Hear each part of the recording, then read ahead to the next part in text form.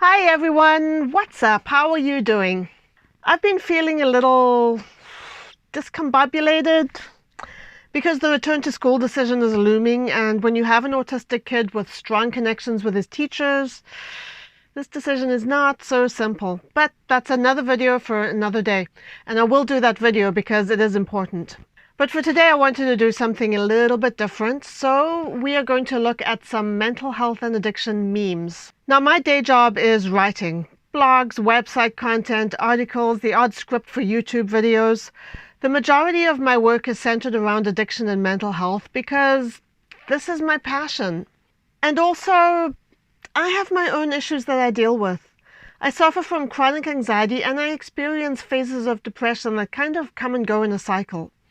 So mental illness affects me in a very personal way. So let's get to it. When the depression and anxiety kick in hard. Hey there, demons, it's me, ya boy. You know, when you've been living with depression and anxiety for a long time, they are not with you constantly.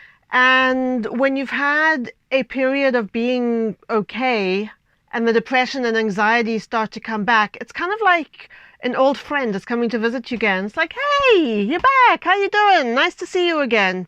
Even though it's not actually nice to see them again. There is a familiarity there that kind of makes it feel that way.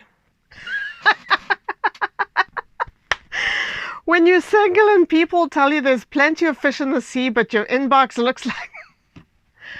That's mean. Okay, we shouldn't be judging people by physical appearances. There's so much more to people. But look, when you have depression and anxiety and you're alone and you feel lonely, that combination of things can be really, really hard. So yeah, there can be a bit of a desperation to find a partner who you can share things with. It's not easy. You know, the danger is that, you might end up settling for someone who you're not really gelling with the way you would like, but, you settle for them because they're a nice enough person or they make you feel the way you want to feel in the moment, but they're not really right for you. So you do have to guard against that. But this is kind of funny and kind of sad. Poor fishies. Behind almost every meme is a person that tried to make you smile. See, this is the thing with these memes. Some of them do come from a place of judgment, and I'm sure we'll see some of those in this video. But a lot of them are genuinely well-intentioned. They are just misguided. People don't always know, and I think we do have to take that into consideration. People don't know what it's like to live with these conditions if they have not experienced it themselves. If we know that the intention is kind, we do need to appreciate that and maybe gently educate the person. How to avoid stress at work. Don't go to work. There's an idea. If only it were that simple. Mental health days. What do you guys think of mental health days? When I was working in a corporate office, if I had the flu or I was feeling sick or, there was one time when I had pinched nerves going all down my neck, my place of work had no problem with me taking the time off. But no one would ever admit to wanting to take a mental health day. And sometimes there might be merit to taking a mental health day. Illness can affect us mentally. And if you're having a day where your state of mind is such that you would not be able to be productive, I think that should count as a sick day. What do you guys think? Let me know in the comments. Things that got more disappointing with age. Dexter, Game of Thrones, Lost, me. That's sad. No one should ever think this way about themselves. Dexter, I don't remember ever seeing Dexter. I knew it was a thing. I never saw Dexter. I made it a point to never see an episode of Game of Thrones. I never saw the appeal. Lost definitely got disappointing with age. I watched the first season and I watched part of the second season, but then it got to the point where watching it was just too much hard work to try and figure out what the hell was going on with that show. Me, no one gets more disappointing with age. It's people just not having the ability to cope with everything that life is throwing at them. So I'm not a fan of this one, except if they put another TV show into the fourth slot. What would that be? What other TV shows got disappointing with age? I feel like Seinfeld kind of lost its way right at the end. I hated the ending of Seinfeld, so maybe I'd put Seinfeld in that fourth slot. If you're going to replace that fourth slot with another TV show, what would you put there? Let me know in the comments. Life is like roasting a marshmallow. You have to keep it moving so it cooks evenly. True. It takes time and patience. Also true.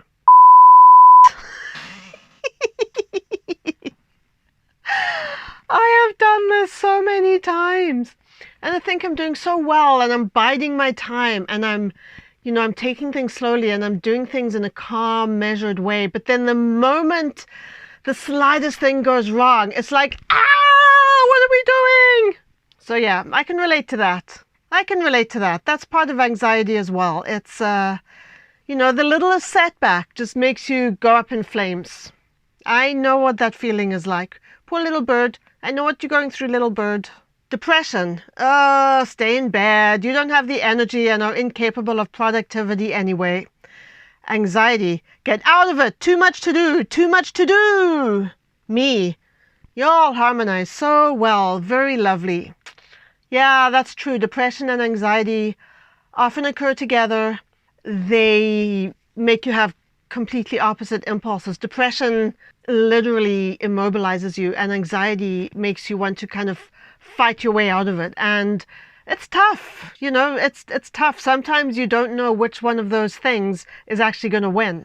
So yeah, this is very true. When you hear something go bump in the dark, but then you remember you don't care whether you live or die. Ugh. You know what? That's depression, man. I've never had this specific experience, but I do remember years ago when my kids were little, like my youngest son must have been 3 or 4. I was sitting at my desk and I was feeling so wrecked with depression. And he was standing right beside me, and he had his crayons, and he was scribbling on the wall with his crayons. And I just did not have the energy to care. So yeah, this is sad, but it's true. Strong people don't put others down, they lift them up. That is so true. And I wish people understood that. I wish people lived by that. A variation of that quote, and I wish I remember who said it, is that the only time you should look down on someone is if you are helping them up. We need to be helping people who need help. We shouldn't be judging them. We shouldn't be questioning why they are in the situation they're in. We shouldn't be accusing them of bad choices or, being sanctimonious about the way they live or anything like that. The only thing we should be doing is figuring out if there's some way we can help them. That's it. When you suffer from depression and somebody tells you to just cheer up, my goodness, what an idea. Why didn't I think of that? This happens all the time. You try to reach out to someone who you think you can talk to when you're feeling depressed, and they say things like, well, you need to just snap out of it. It's not as simple as that. Something that a lot of people don't understand is that depression is not the opposite of happiness. Telling someone with depression to cheer up is like telling someone with a broken leg to just go for a walk. It doesn't work that way. When someone asks me if I'm okay during an anxiety attack, I'm fine. Why you ask? Yeah, when you're in the middle of an anxiety attack, you really don't want to be engaging very much with anyone, and it takes too much energy to explain what is actually happening. So you're just like, yep, I'm good, nothing to see here, all good. And you just end that interaction as quickly as you can, just so that you can avoid having to use up your energy on interacting with somebody else. Because it's hard. Those anxiety attacks are exhausting. Anxiety. What if this happens? Me. But it won't. Anxiety. But what if it does? Me. You got me there. Anxiety does tend to force the worst case scenario on you. You kind of think everything that can go wrong will go wrong. So yeah, that's accurate. Okay, so I'm laughing about this because a friend of mine sent it to me, and she sent it with the caption, "You." I just love it when my friends know me so well. It makes me feel a connection. It makes me feel that there are people out there who get it, and this one is really funny. We do seek connections with people who know what it's like, because that saves us the trouble of having to explain it. I had this boyfriend years ago when I was still living in South Africa, and shortly after I started going out with him, a wave of depression hit me like a ton of bricks. It was with me for months, and this guy was so patient and so understanding, and in retrospect, it must have been so hard for him because he had no prior experience of anybody with depression. He was 100% supportive, even if he didn't always know what he was supposed to do, So, the poor guy. Caterpillar, you've changed. Butterfly, we're supposed to. Humans are resistant to change, but if we don't change, we don't grow. So the butterfly is not wrong. Exercise helps depression. Me. Oh my gosh, going to the gym in like this weird Grim Reaper kind of suit? It's kind of like a chicken and egg kind of thing. Exercise helps depression, but when you are experiencing depression, the last thing you want to do is get up and go and exercise. So, sometimes people with depression will eventually just kind of force themselves to go to the gym, even though they really, really don't want to. They feel like they're dressed like that. Again, this contradiction. When you're fatigued because of your depression, but you can't sleep because of your anxiety. Yeah, have you ever had those nights where you are absolutely exhausted? You are just dead tired, but you just cannot get to sleep. And this is what that's like. And you lie awake worrying about everything. And then when you have to get up and go to work in the morning, you cannot be productive because you've been awake all night, and it kind of gets you into this vicious cycle, because then you get anxious about the things you cannot get done because you're not being productive. And then the next night, yeah, not good, not good. Today is a good day. I'm going to go out and enjoy life. And then life, you end up getting hit by a car. Yeah.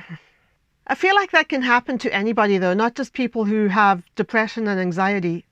You wake up and you're feeling on top of the world and everything's great, and then, you have some calamity. The day I lost my last corporate job was like that. I started the day great. I remember going to the gym. Everything was great. I set new exercise goals. I was training for a half marathon. I had all of this great stuff going on, and I was excited to go into work and have a productive day, and everything was good. And then, 30 seconds after I got to work, I got called into this office, and they told me that I'd been downsized. And that was like life just going, not so fast. You're not going to have a good day today. So yeah, it happens. Me, I say lol like lol, like a word, but some people say LOL. Therapist, on the phone to his own therapist. Yeah, I need to make an appointment. I feel for therapists. They have a tough job. The things that they have to listen to and the things that they have to kind of take in and process, it is intense. It's an intense job, and therapists do need to think about their own mental health as well. If at first you don't succeed, find some people kicking ass in recovery and hang with them. The truth about addiction recovery is that there's a very high rate of relapse, especially for people who are early on in their recovery journey. Relapse can happen at any time, but early on is when you're at the highest risk. And, just because somebody has a relapse, that does not mean their addiction treatment or their rehab efforts have failed. It doesn't mean that at all. It's just a setback. It happens. Yeah, if at first you don't succeed, a lot of people don't succeed the first time they try sobriety. Oh, geez, this reminds me so much of my student days. Get drunk every weekend and no one bats an eye. Be sober once and everybody loses their mind. Society is weird that way. It's almost to the point where people who choose to not consume alcohol are ridiculed for the decision to not consume alcohol. And that is why alcohol addiction is such a problem, because alcohol consumption it's not only socially accepted, it's actually expected.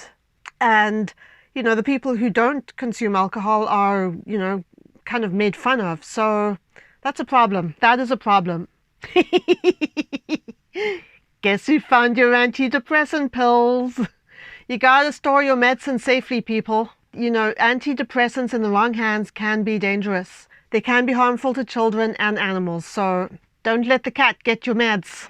Free insulin before free Narcan. Junkies choose their disease, diabetics didn't. Hashtag insulin first, hashtag diabetes awareness. There's so much to unpack in this.